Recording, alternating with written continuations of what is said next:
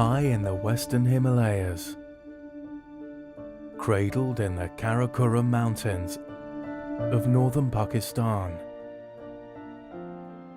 lies a plateau known as the Land of Giants.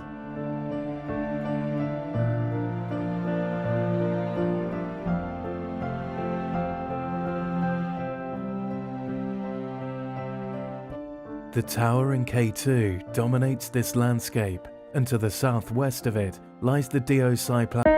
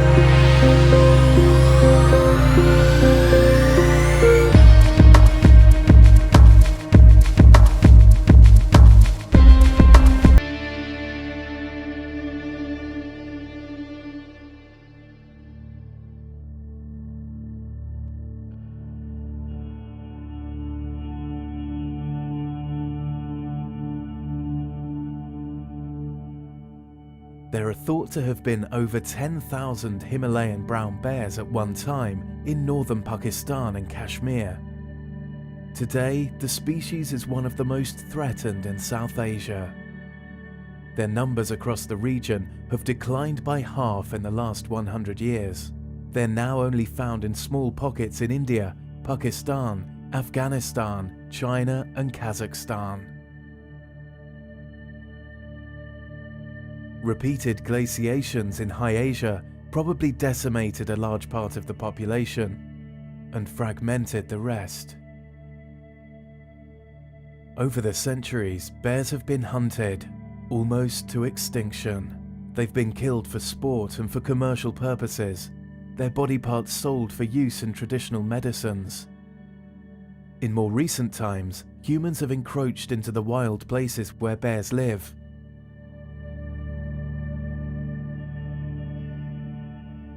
These timid creatures avoid human settlements, and every year across the region, their numbers are declining. But in the unique haven of the Deosai Plateau, guarded by the sentinels of the western Himalayas and the Karakoram Mountains, the bears have found a sanctuary.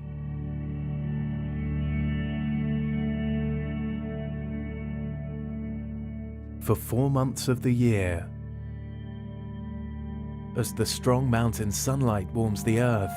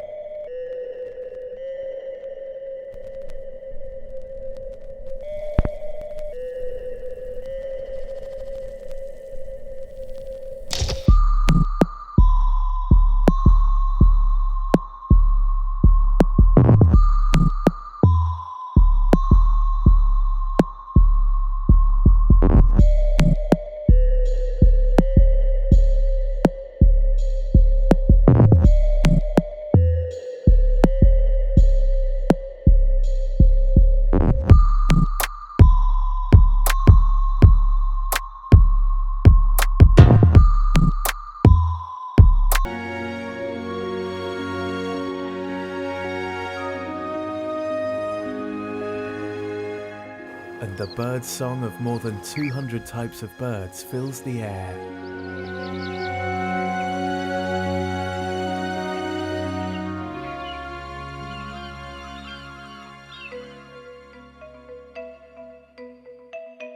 Deosai is also home to 18 species of mammals, with plenty of playful golden marmots on hand to delight visitors.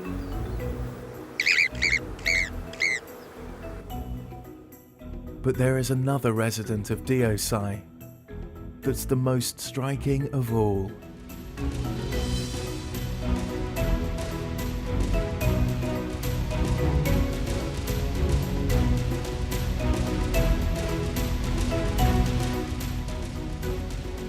The Himalayan brown bear.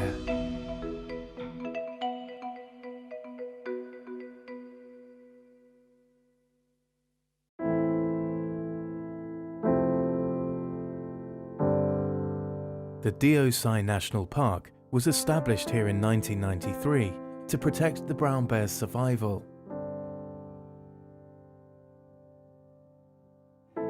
These bears can be found in many areas of the world. The bears of the Deosai Plateau represent an ancient lineage from the Great Himalayan region.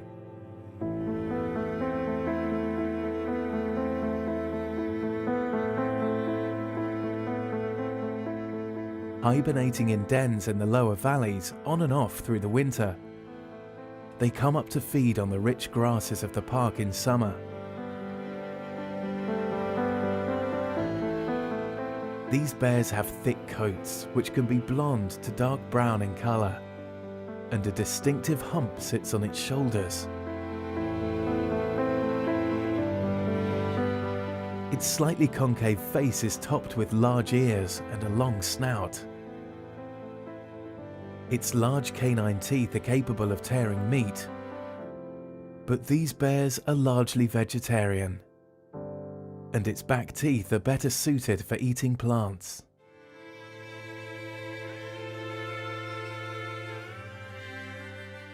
These bears are smaller than some of their genetic cousins.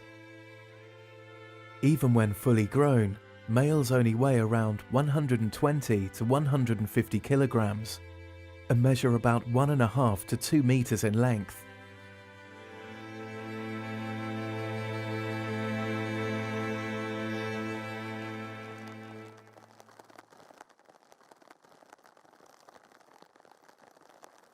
The Deosai bears have the lowest reproductive rates among brown bear populations anywhere in the world. At a much trimmer 60 to 70 kilograms, female bears don't reach sexual maturity till around 8 years old, and usually produce just a single cub.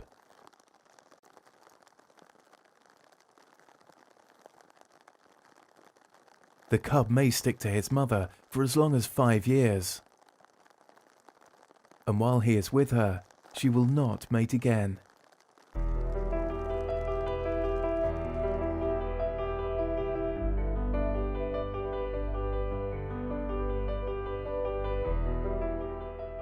The habitat, which has very little nutritious food to offer, is partly to blame for the low reproductive rates.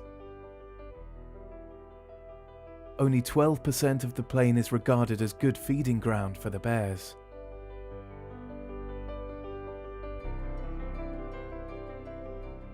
Nevertheless, the bears are not picky eaters and will eat whatever is at hand. They're predominantly vegetarian, eating grasses, bulbs and roots, which they'll dig up with their long claws. Insects and fish are on the menu too.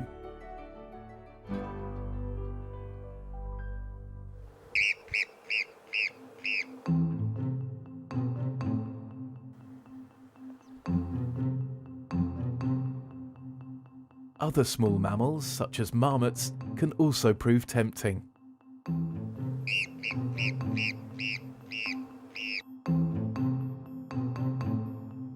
Although with their vigilant sentries on duty, they're a lot harder to catch.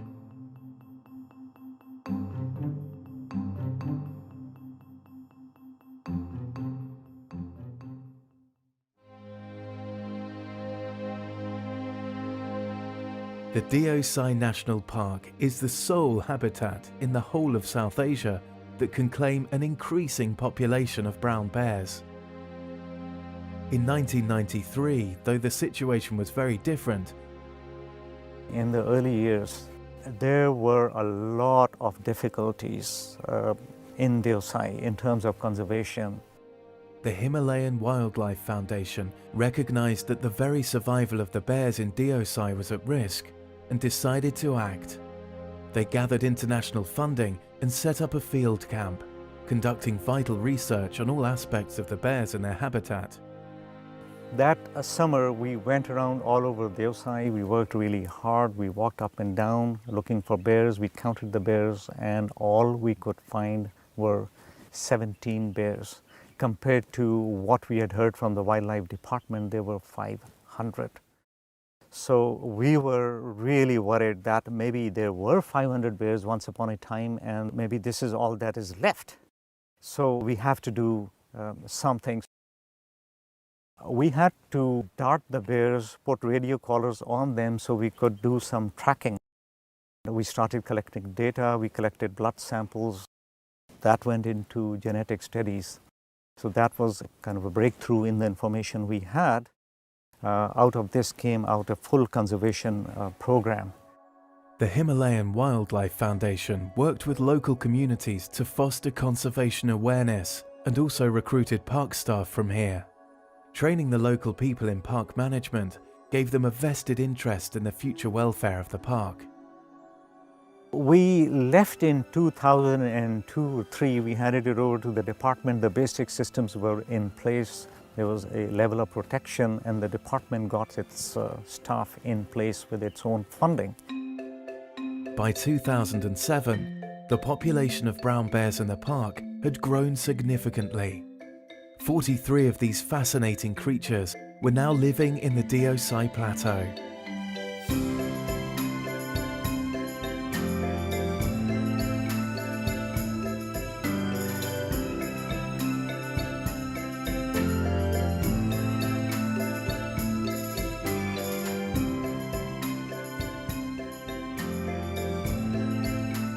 The dedicated efforts of the conservation organizations had paid off.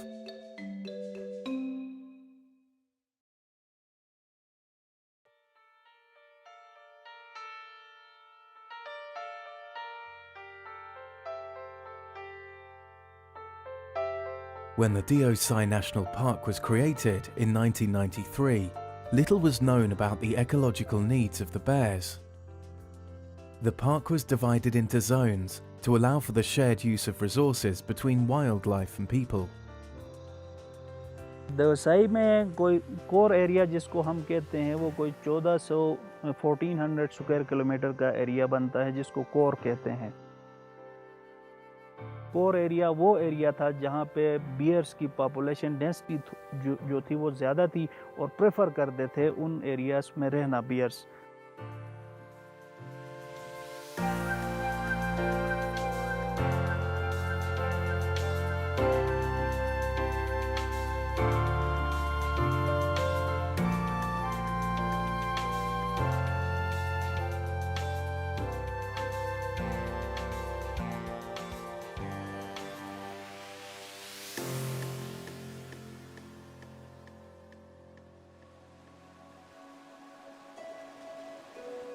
Despite the demarcation of zones, the core areas are not always respected as being for the sole use of the wild animals.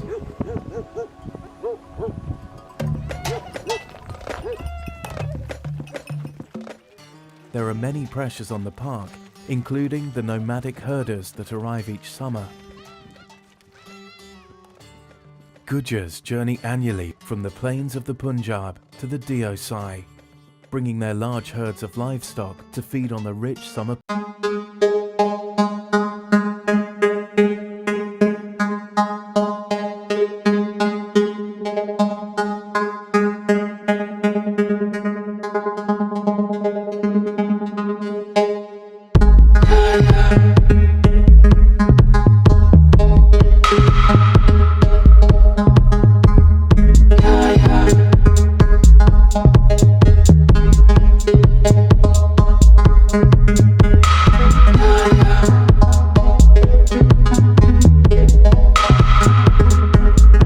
यही माल मवेशी ये बकरी घोड़ा खच्चर सफ़र करना चलना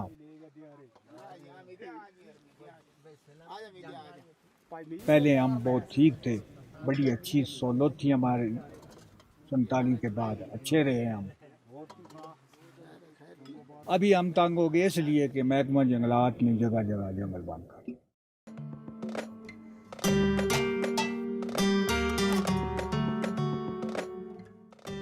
The herders are taking their livestock deeper into the bear's habitat every year.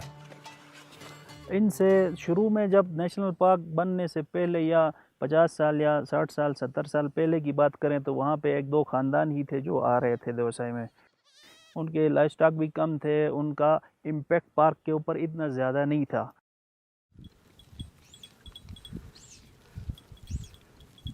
Over the years उनके ख़ानदान की डिवीज़न होती गई। एक घर से अब 10 घर बने हैं, 10 से 40 घर बने हैं, तो पार्क का एरिया तो जितना था उतना ही है।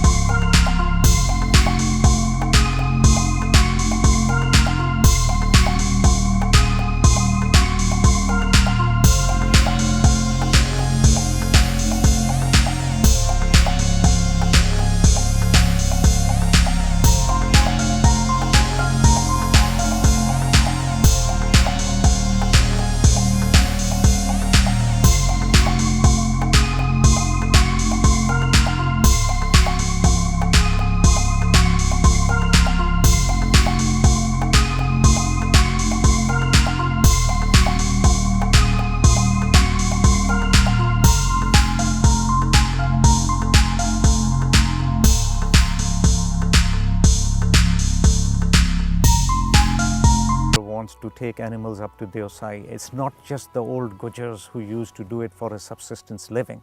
It's become commercial now. More animals mean taking away the habitat from the bears. The bears are now getting pushed away into corners.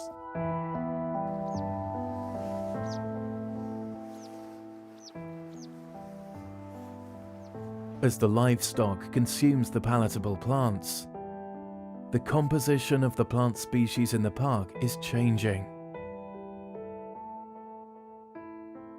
Non-palatable plants are finding room to spread and flourish, and the quality of the bear's feeding ground is deteriorating steadily.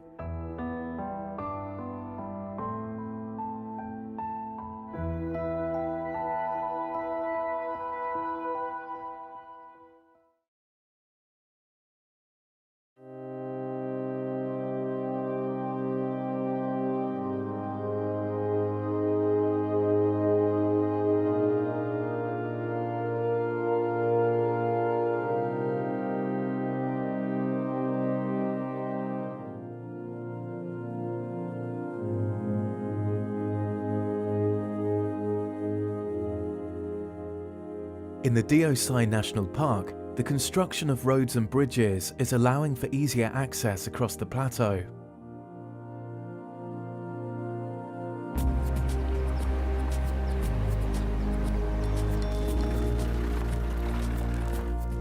In 2013, there were 28 human occupations in the park. 15 of these belong to the Gujars. But tourists also came up to enjoy summer in the park and set up camps here.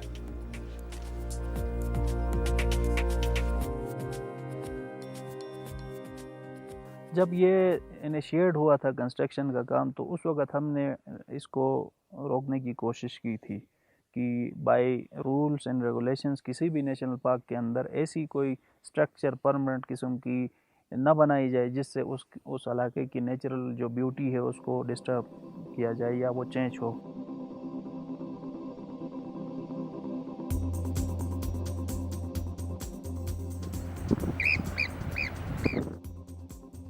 In recent years, the Gilgit-Baltistan authorities have been persuaded that such development is beneficial with little regard for the needs of the wildlife and fragile ecosystem. Tourism का impact पहले भी था लेकिन वो इस हद तक नहीं था। अब बढ़ने की वजह यह है कि पहले यहाँ पे एक्सेसिबिलिटी इस एरिया की इतनी अच्छी नहीं थी।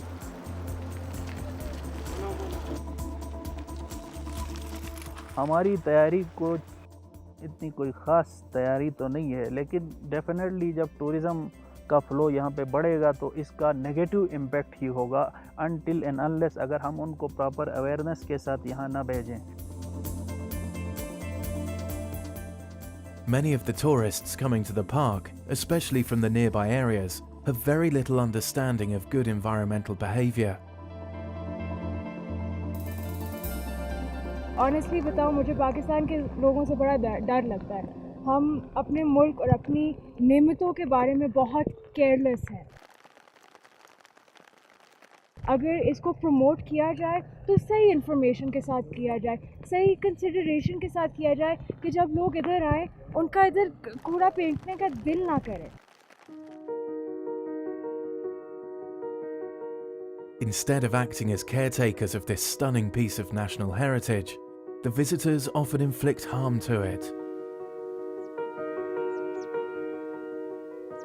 Some light fires in the park and leave pools of trash, most of it being non-biodegradable. There is no system whatsoever for dealing with all this trash which they leave behind. The biggest problem that we face is lack of funds. The number of staff that we have in the park, that is very limited. Their ability to move around is very limited. It is 2,600 square kilometers of territory in a difficult terrain. And as the number of visitors is increasing and pressures are increasing, we need more resources. The government of Gilgit-Baltistan, as most of the governments, have very limited resources, whatever is left from other developmental requirements.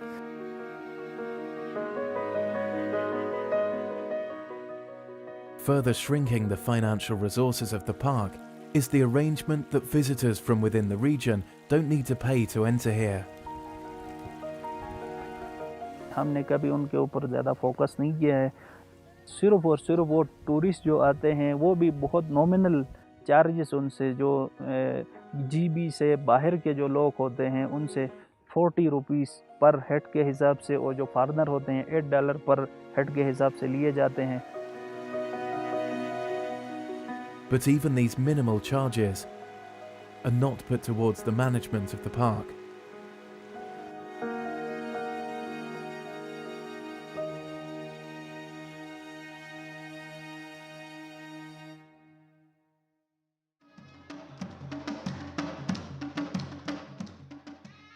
There are many settlements in the valleys below the Deosai National Park.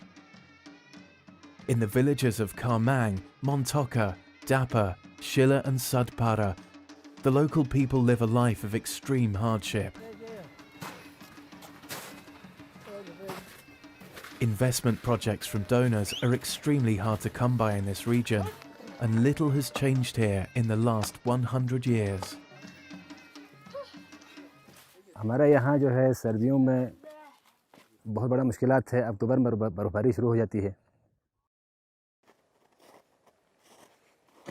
माल मवेशी को पालना बहुत बड़ा मुश्किल है। सर्दियों में यहाँ उनको चारे में ले जाने की तो बहुत बड़ा हुआ है, बर्फबारी की वजह से वहाँ नहीं पहुँचते हैं। और घास जो है हम लोग जो है तकरीबन मनों के हिसाब से बहुत बड़े बड़े टाल लगा के जमा कर लेते हैं। तकरीबन हमारा इस घास को जमा करने के लिए, जानवरों के घास जमा पूंजी के लिए हमारे लिए कम से कम जो है ये अप्रैल मई से लेकर आगे अक्टूबर तक जो है ये जितने महीने होता है उसमें जो हमारा पूरा वक्त उसी में लग जाता है इनको घास जमा करने के लिए। The summer brings little respite. In these few months, all the tasks that will allow the villagers to endure the extreme, bitter cold of winter need to be completed. The valleys were once forested, but now the slopes are bare. dung is the only source of fuel. The women spend long hours collecting and drying this. A back-breaking daily chore.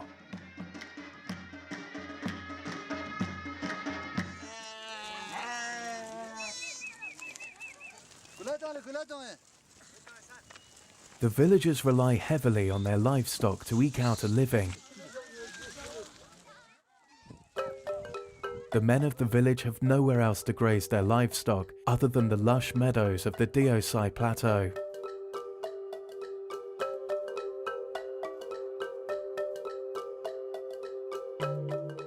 When the park was created, they claimed traditional grazing rights, which had to be respected.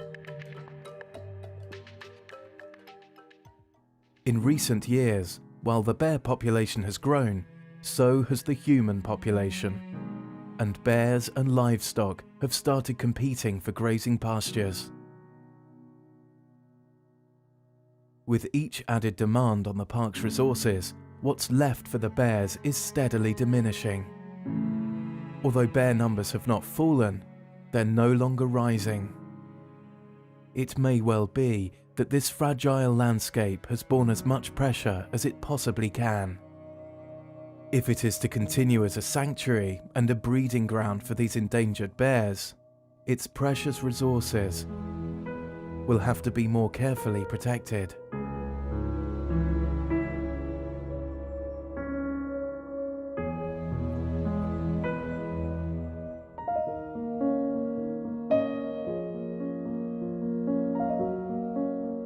Deosai is the only place where there is a sustainable population of bears in the region. We need to protect it if we want to have bears in the future.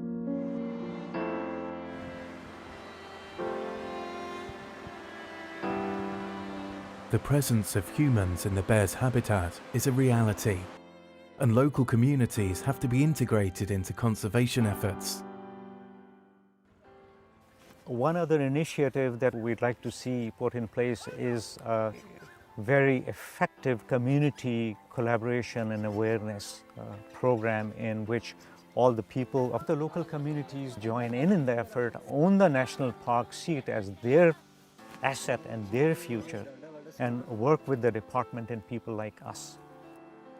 This type of inclusive program is just what the Himalayan Wildlife Foundation focused on in the past. The recovery of the bear population suggests the strategy was very successful. When park rangers and staff are drawn from local communities, they take home a better understanding of the conservation issues. An awareness campaign to enlist the support of the local communities is also key. As the largest animal in the area, they are often blamed for most of the attacks on livestock. जो livestock के ऊपर इनकी attacks का है वो कुछ नालों में इनके अटैक्स हैं, लेकिन लोग इसको गलत पोर्ट्रे करते हैं कि अगर उनका कोई जानवर वैसे ही मर जाता है, गिर के मरता है, डिजीज से मर जाता है, तो वो बियर के ऊपर डाल देते हैं. Making the local people aware of the other, more common causes of the livestock deaths can help create a more tolerant attitude to their bear neighbours.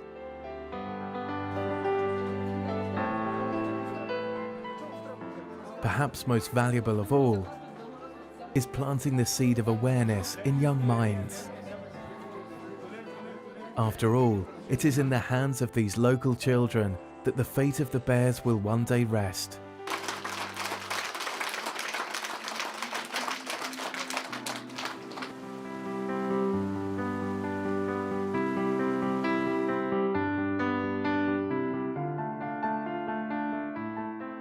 Finding alternative sources of subsistence for the communities is also vital.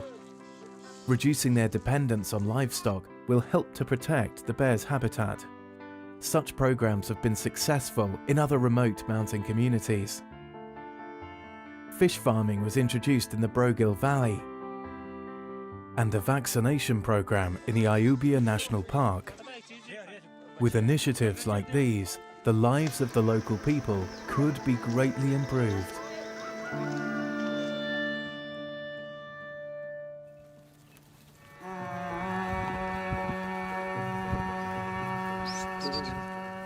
But much more still needs to be done in order to preserve the bear's habitat.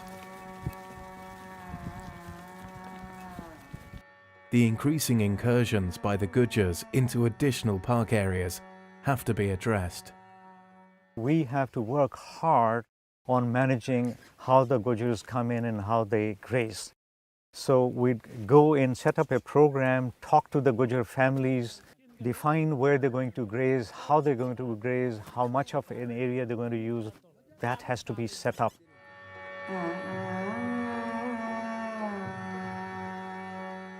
The biggest hazard they pose to the park, however, is the amount of shrub they cut.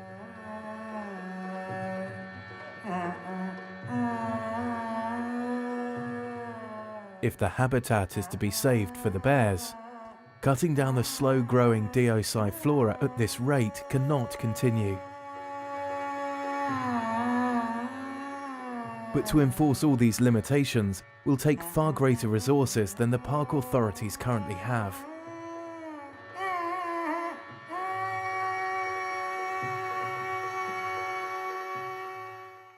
The word now is sustainable development. How do we balance a wilderness area with the need for the people to visit it?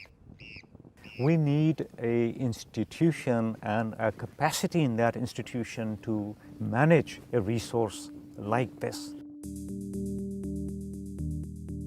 Strengthening the park's revenue stream is essential, and charging a small fee for all visitors could provide some of the funds the Wildlife Department desperately needs.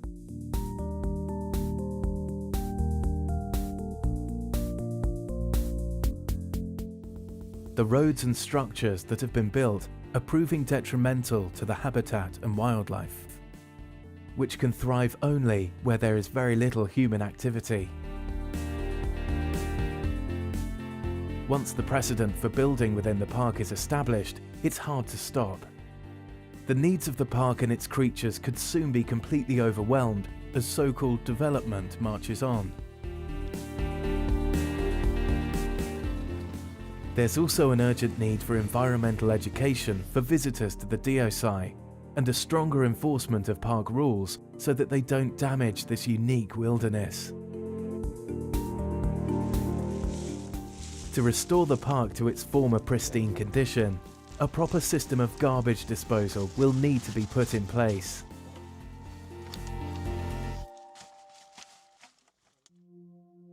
I would like to see the next generation have the privilege to learn from Deosai the way I learned from it. If this value is lost, something very precious will go missing from this country.